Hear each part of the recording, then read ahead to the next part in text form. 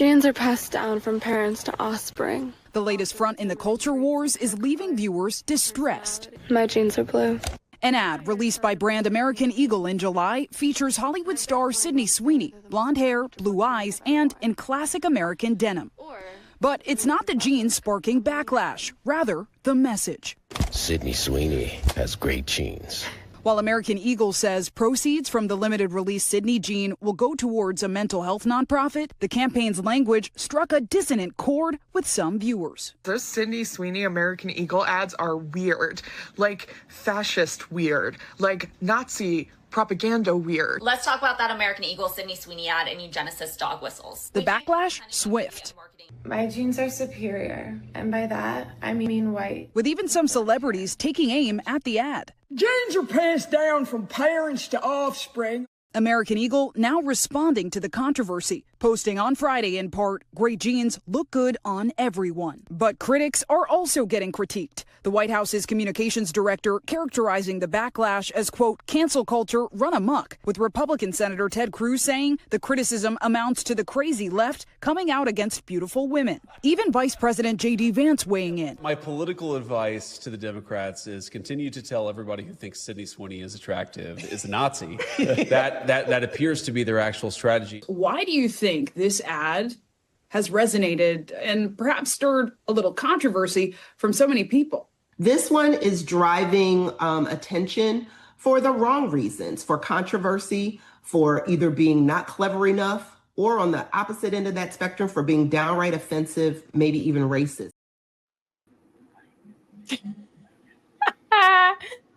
So, do you think that American Eagle ad that they were just showing consists of racism? Anybody can go ahead. I don't think so, because what if it was a black lady who did the same thing?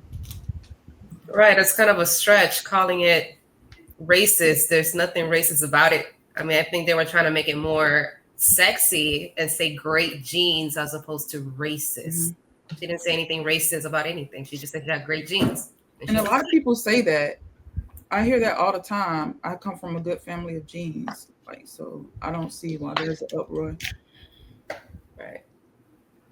Personally, as Black folks, I don't think this is our fight. I think this is, this ain't in our purview. But I will say, optically, I do think that there was a play on words with that, with the genes. And I'm assuming a lot of the backlash is because the prototype of being blonde hair, blue-eyed, white, X, Y, and Z is supposed to be what it means to be the standard of beauty. And I think there's some offense in that area. But as far as racism from that ad, I'm also in a state of confusion because I don't get racism, but I do get, I'm gonna make up a word right now, beautyism. And maybe some folks feel offended that is perceived to be the beauty standard. So you don't think this is another distraction just to cause more divide and conquer? You mean messaging of the mind? Genes, blue-eyed, African Americans. I didn't quite catch that drift from that particular ad. I'm just saying it's all a division tactic. I agree with you, Jess. I don't get that from the ad. It's just a promotional ad. I don't get it as racism or nothing because, I mean, we hear that all the time, but it's just she's wearing a pair of jeans. So why are you looking at that like, I don't know. It don't make sense to me to be racist. I mean, I think it's a matter of, I agree, it's not racist, but I think since everything is drenched in white supremacy, I think people are getting that vibe because you're like, it's been passed down for generations, and then you say my genes are blue.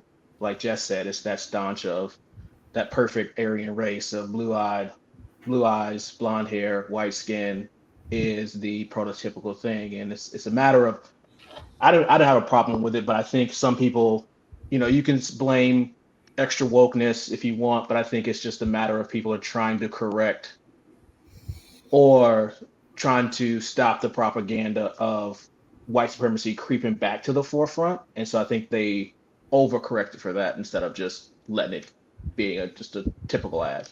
Right. So if this video is a standard, or if it's a standard of white beauty or beautyism or white supremacy, what about the Ralph Lauren Oaks Bluffs? So would that be a standard of blackness? Because there was another controversy when that came out within the Black community that these were not Black people because they wore the preppy Carlton look instead of the baggy pants, more urban look. So would that be the standard of Black? No, I think the difference is, What's the difference between the two? but I think the difference is based on the demographic that mainstream or majority of Black people do not get to go to Martha's Vineyard and hang out and be in the elite echelon of people that's able to go there. And so I think that's why they felt like that's not representing the majority of Black people. That's where the backlash came from the Oak Bluffs situation. But it was really touching a segment of Black people, kind of like the people that own the island in Florida. Like, it's certain elitism inside Black culture or Black history that can cause a divide. And so I think it's just that most people are used to seeing the young dro, or you got the polo boots with the polo back in the 2000s, going to the club with the polo hat. That's what they know compared to as being in Martha's Vineyard on the summertime, like you're going to the Hamptons or something like that. And I see what you tried to do there, but I still don't think the two situations are synonymous, because the one with Ralph Lauren, that is rooted in the perceived notion of like clothing and what Black people own and what we represent. Whereas the play on jeans is referring to actual looks, right? So let's just say if we had a commercial with Ralph Lauren, but it was only light-skinned, good hair Black women. Okay, then we have an argument there, but I just don't think the two are related in my opinion. What is good hair? You said what? Tank, take your headphones out. It's What you mean by good hair? What is good hair? Tank, take your headphones out so we can hear you better. Those headphones, I think take the headphones out and it'll probably work. Oh shit, never mind. Yeah. Wait, try it again. Say it again. Usually that works. Okay, never mind. He said, what is good hair? That's what he asked. I feel like that's not even completely even related to what we're talking about, but this perceived notion, I'll just answer it, but the perceived notion of good hair is having curly hair, or like the prototype of hair that is more reflective of like other cultures outside typical, I don't know all my numbers, but like 4C thick, coarse Black hair wouldn't quote unquote be the definition of good hair. And the opposite of that would be good hair, perceivably. Not saying I agree with that, but that's what the optics are. My question is, why do people want that to be a racist ad? Like, what is your filter? What are you thinking about internally to be just fixated on an ad to be racist? I don't understand that. I don't get it's that. Oh, sorry. Go ahead, Benny. I was going to say, I don't think it's a matter of people wanting it to be racist. I think just with today's political climate, Donald Trump bringing back fascism and authoritarianism, it does feel it can cause some people to get a little unease about the whole everybody rolling back their DEI initiatives. So it can cause people to feel like it's a dog whistle, essentially, even though I don't agree, but some people can feel that way. Wait, you feel like Trump brings back fascism? I mean, I don't think it's, I don't say necessarily, I mean, he's knocking on the precipice and playing out of the Nazi playbook. With suing, what? Give me an example. The encroaching on the Constitution, the Fourth Amendment, with the ICE detainees, trying to get rid of the 14th Amendment, the First Amendment with. All right. So Fourth Amendment is for unreasonable search and seizures. Correct. And due process. So if cities elect to not work with the Trump administration in order to work with them as far as deporting people that get arrested that they identify as illegal migrants, you don't think that that's a problem with the cities that actually have people coming over here illegally versus the Trump administration actually identifying and more importantly, already know exactly who it is that they need to be deporting in the first place, you don't see a problem with the cities, but you see a problem with the people that are actually getting arrested and deported and sent back to their countries. No, I think it's a larger issue in the sense of the problem is the due process that these people are not getting. Wait. How do you get due process as an illegal person that's not supposed to be here in the first place? But anybody, according to the Constitution, if you go through our legal system, you're afforded a due process, okay. If you go true. If you're an illegal alien and you're not a citizen of the United States of America, what we define as due process as applicable to you as a citizen does not apply when it comes to somebody that's not supposed to be here and came over here illegally in the first place. And nowhere in the world do we allow for people, or do they allow for people to come over here illegally. But that's not even what I'm getting at, right? The problem is that we easily use these terms that are given to us, like fascists, right? And authoritarianism.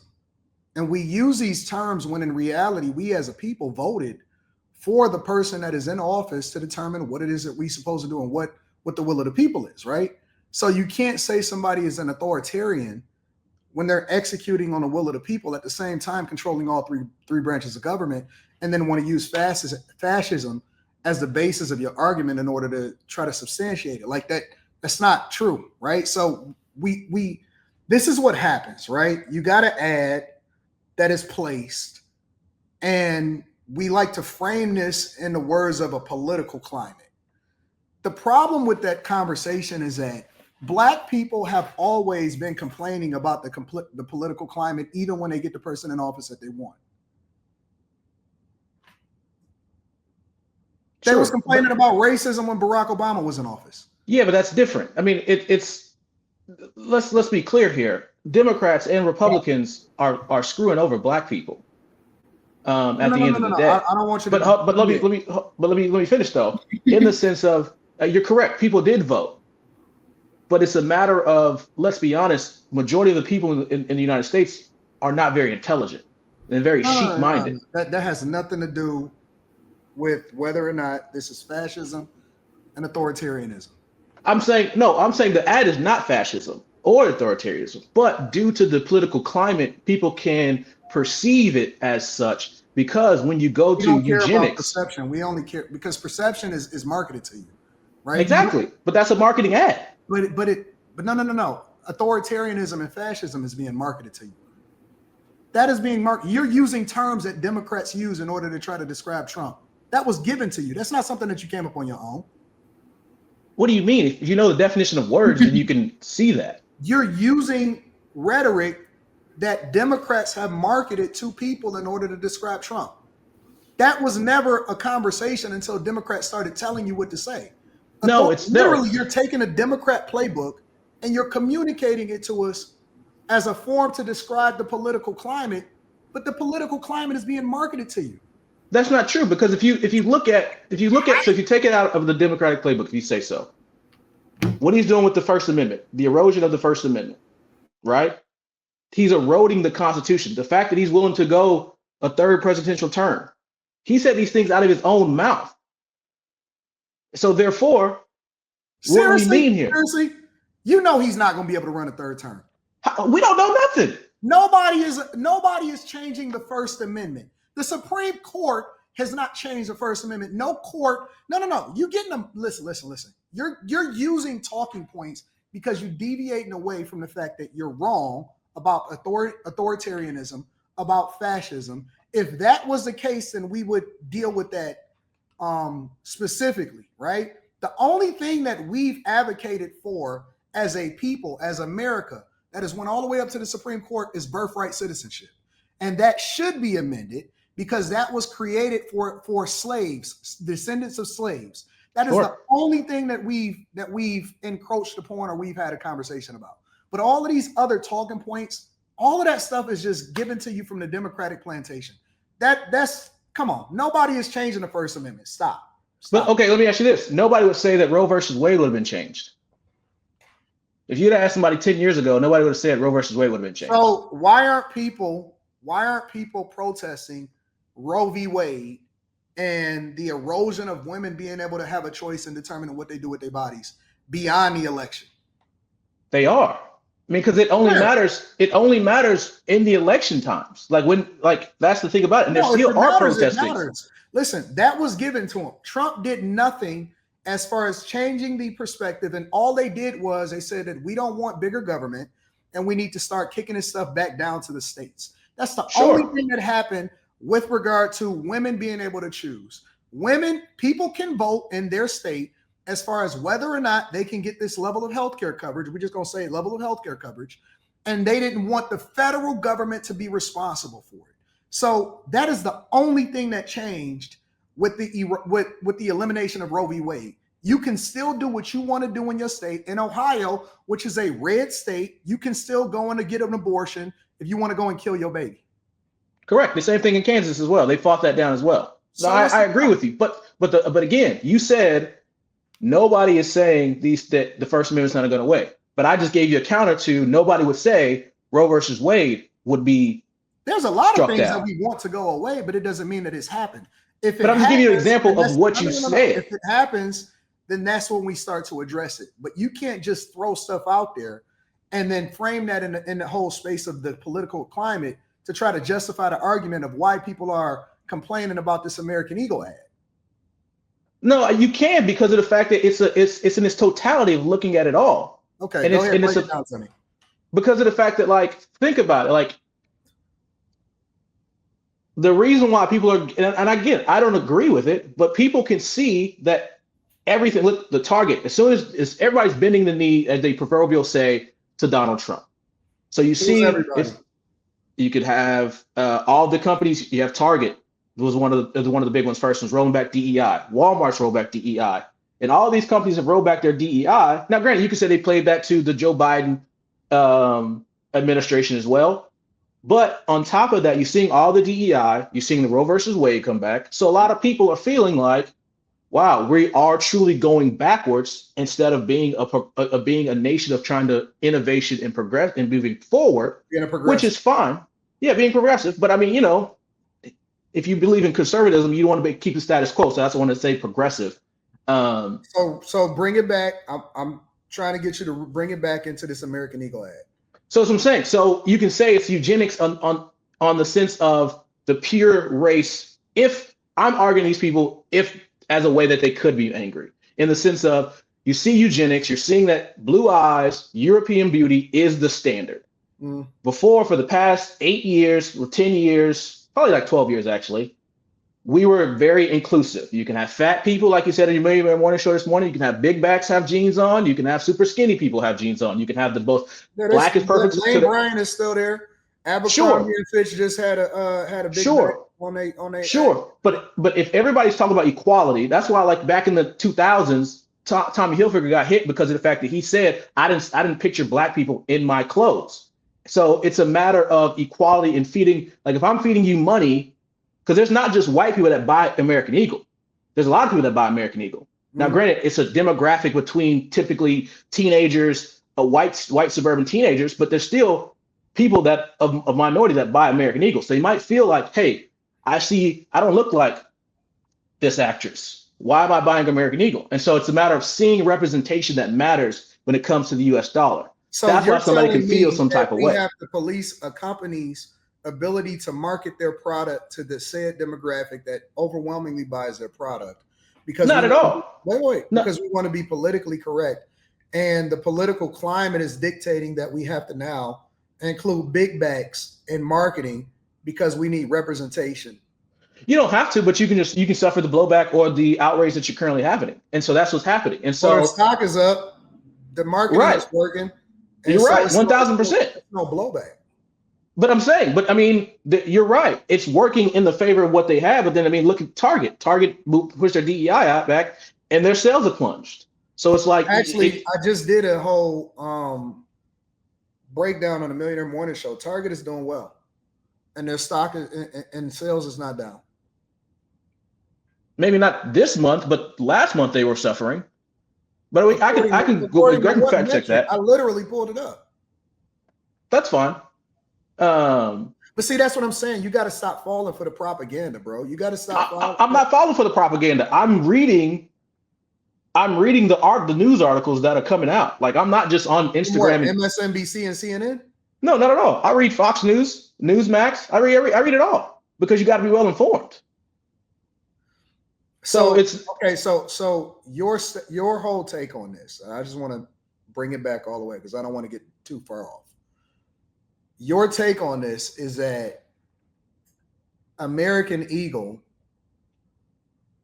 did the right thing or the wrong thing, or do you think that people are outraged, falsely outraged, or do you think that they are justified in the fact that they think that American Eagle is promoting racism?